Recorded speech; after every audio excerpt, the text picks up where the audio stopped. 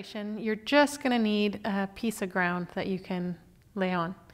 You could also do this on your bed, but if it's too soft, you won't get the feedback up into the pelvis and the legs, which is why the ground is a nice place. It's firm enough. So you're going to come onto the ground and just start with moving or rocking the pelvis side to side.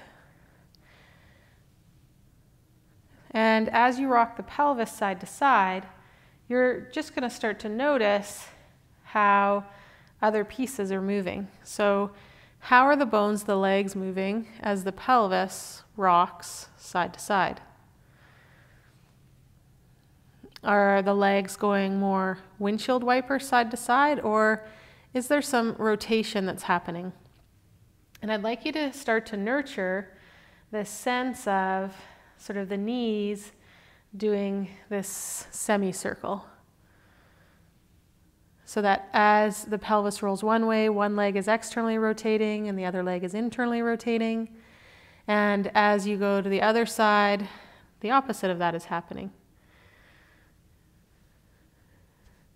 We want to keep the shoulders nice and relaxed. And the ribs heavy. Okay, notice how the feet are changing.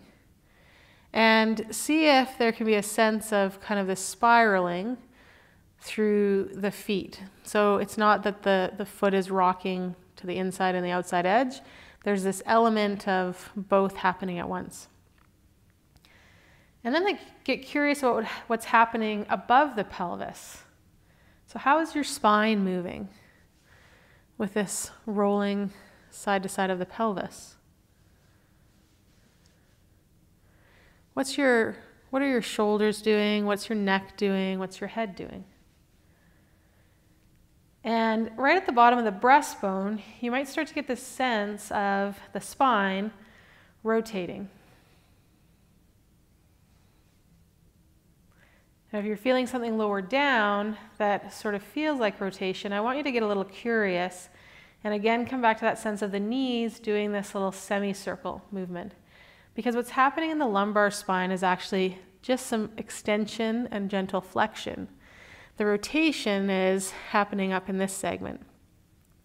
And then we're going to add, as the knees go one way, the head is going to look the other way, and the arm's going to come out.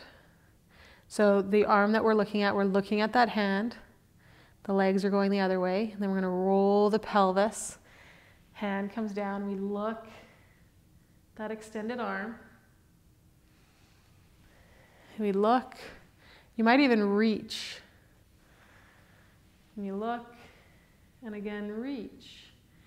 And I really want it to be the pelvis is the center of what's moving.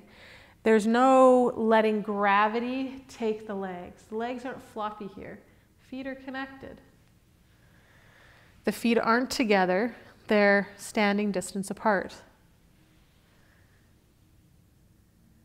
Okay, and you might move with each breath.